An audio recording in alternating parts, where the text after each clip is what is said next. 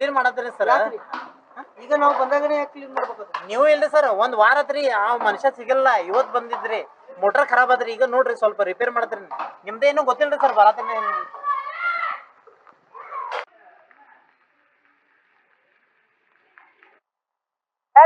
ಇನ್ನು ಏನು ಜಾಂಬೋಟಿ ಗ್ರಾಮದ ಸರ್ಕಾರಿ ಶಾಲೆಯಲ್ಲಿ ಏನೆಲ್ಲ ಸಮಸ್ಯೆಗಳಿದೆ, ಈ ವಿಚಾರಕ್ಕೆ ಸಂಬಂಧಪಟ್ಟಾಗೆ ಏನಾಗ್ತಾ ಇದೆ ಅಲ್ಲಿ ಅನ್ನೋದನ್ನ ಕುರಿತಾಗಿ ಮಾತನಾಡೋದಕ್ಕೆ ನನ್ನೊಟ್ಟಿಗೆ ರೈತ ಸಂಘದ ಜಿಲ್ಲಾಧ್ಯಕ್ಷರಾಗಿರುವಂತಹ ರುದ್ರೇಗೌಡ ಪಾಟೀಲ್ ಅವರಿದ್ದಾರೆ. ರುದ್ರೇಗೌಡ ಪಾಟೀಲ್ ಅವರೇ, ಇಲ್ಲಿ ಏನ್ ಸಮಸ್ಯೆ ಆಗ್ತಾ ಇದೆ ಜಾಂಬೋಟಿ ಗ್ರಾಮದಲ್ಲಿ? ಯಾಕೆ ಅಧಿಕಾರಿಗಳು ಇಲ್ಲಿ ಮಲ್ತಾಯಿ ಧೋರಣೆಯನ್ನ ತೋರಿಸಿ ಶಾಲೆಯತ್ತ ತಿರುಗು ಕೂಡ ನೋಡ್ತಾ ಇಲ್ಲ? ಮೇಡಮ್ ನಮಸ್ತೆ. ನಮಸ್ತೆ ಮೇಡಮ್, ಏನಾಗಿದೆ ನಮ್ಮ ಖಾನಾಪುರ ತಾಲೂಕಲ್ಲಿ ಒಟ್ಟಾರೆ ನಾವು ಬಹಳ ಮೂಲಭೂತ ಸೌಕರ್ಯಗಳಿಂದ ವಂಚನೆಯಾಗಿದ್ದೀವಿ.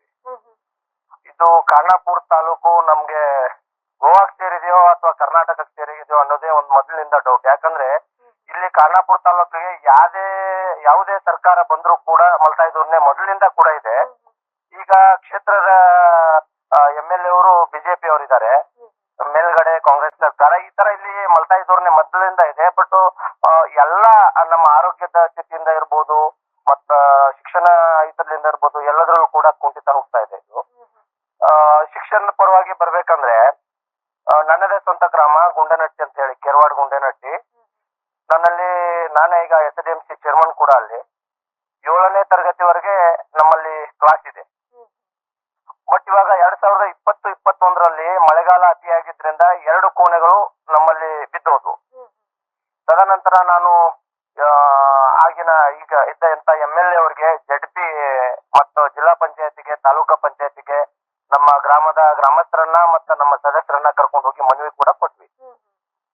ಆಗ ನಮ್ಗ 2 ರೂಮ್ ಅನ್ನ ಕೊಡಿ ಅಂತ ಹೇಳಿದ್ವಿ. ZP ಇಂದ 1 ರೂಮ್ ಅನ್ನ ಸ್ಯಾಂಕ್ಷನ್ ಮಾಡಿದ್ರು. 1 ರೂಮ್ ಕಟ್ಟಡ ಕಂಟಿನ್ಯೂ ಆಗಿ ಕೆಲಸ ಮುಗಿದಿದೆ.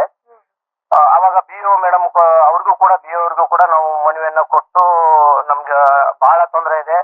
ಸುಮಾರು 4 ಕ್ಲಾಸಲ್ಲಿ 7ನೇ ತರಗತಿ ಮಟ್ಟ ಒಂದು ಕ್ಲಾಸಲ್ಲಿ 2 ಅಥವಾ 3 ಕ್ಲಾಸ್ಗಳನ್ನ ಮಿಕ್ಸ್ ಮಾಡಿ ಕಲಿಸ್ತಾ ಇದೀವಿ. ಹುಡುಗರಿಗೆ ಇದರಿಂದ ಪ್ರಾಬ್ಲಮ್ ಬಹಳ ಆಗ್ತಾ ಇದೆ. ದಯವಿಟ್ಟು ಇನ್ನೊಂದು ರೂಮ್ ಅನ್ನ ಸ್ಯಾಂಕ್ಷನ್ ಮಾಡ್ಕೊಡಿ ಅಂತ 2-3 ಸಾರಿ ಕೂಡ ಬಿಟ್ಟಿದ್ವಿ. ಇನ್ನ ಪಶ್ಚಿಮ ಭಾಗದಲ್ಲಿ, ನಾವು ಪೂರ್ವ ಭಾಗಕ್ಕೆ ಬರ್ತೀವಿ, ಪಶ್ಚಿಮ ಭಾಗದಲ್ಲಿ ಮರಾಠಿ ಶಾಲೆಗಳಿವೆ. ಅಲ್ಲಿ ಕೂಡ ಇದೇ ಪ್ರಾಬ್ಲಮ್ ಆಗ್ತಾ ಇದೆ ಅಂತ 2-3 ಸಾರಿ ವಿಸಿಟ್ ಹೋದಾಗ ಈ ತರ ಸಮಸ್ಯೆಗಳು ಕಂಡು ಬರ್ತಾ ಇದೆ. ಇಲ್ಲಿ ZP ಫಂಡ್ ಅಲ್ಲಿ 1 ರೂಮ್ ಬಂತು. ನಂತರ ಈಗ MLA ಫಂಡ್ ಇಂದ ಮೊನ್ನೆ ಸುಮಾರು ಈಗ 1.5 ತಿಂಗಳ ಹಿಂದೆ 1 ರೂಮ್ ಬಂದಿದೆ ಅಂತ ಗುದ್ಲಿ ಪೂಜೆ ಮಾಡಿ ಹುಂಡಿಯನ್ನ ತೆಗೆದು ಹೋದ್ರು. ಆಮೇಲೆ ಇವಾಗ ಹೋದ್ಮೇಲೆ ನಾನು ಎನ್ಕ್ವೈರಿ ಮಾಡಿದೆ, ಇಲ್ಲ ಫಂಡ್ ವಾಪಸ್ ಹೋಗಿದೆ, ಅಲ್ಲಿ ರೂಮ್ ಕಟ್ಟಲ್ಲ ಅಂತ ನನ್ಗ ನೆಪ ಹೇಳಿದ್ರು ಇವರು. ನಂತರ ನಮ್ಮ ಗ್ರಾಮದಲ್ಲಿ ಪಂಚಾಯತಿ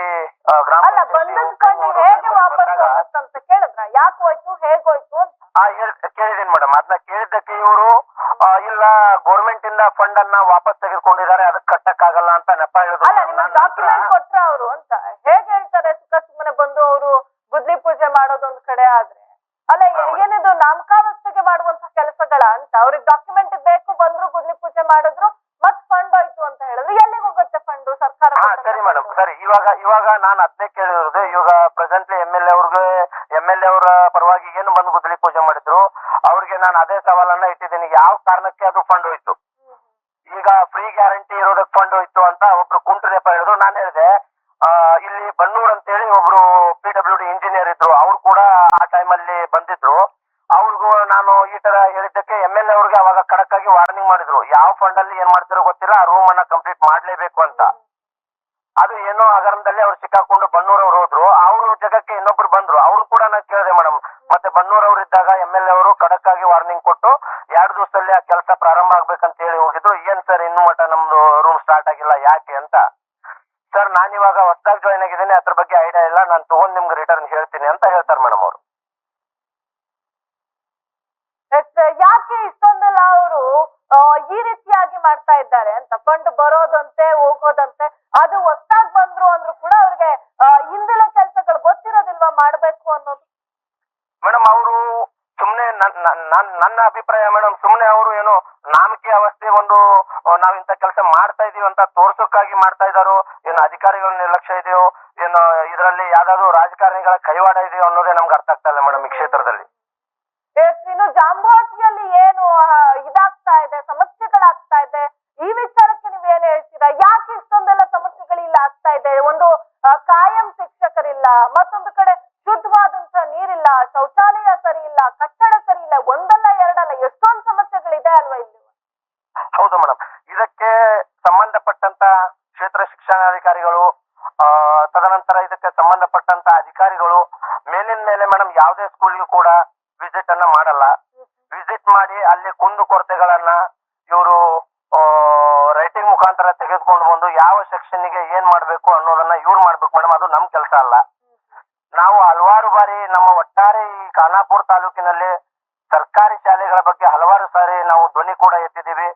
ಈ ಹಿಂದೆ ನಾನು ಎಲ್ಲ ಸಂಬಂಧಪಟ್ಟಂತ ಅಧಿಕಾರಿಗಳು ಕೂಡ ತಿಳಿಸಿದ್ದೀವಿ. ಆದ್ರೆ ಇನ್ನೂ ಮಟ್ಟ ಈ ಅಧಿಕಾರಿಗಳು ಎಚ್ಚೆತ್ಕೊಳ್ತಾ ಇಲ್ಲ ಮೇಡಮ್.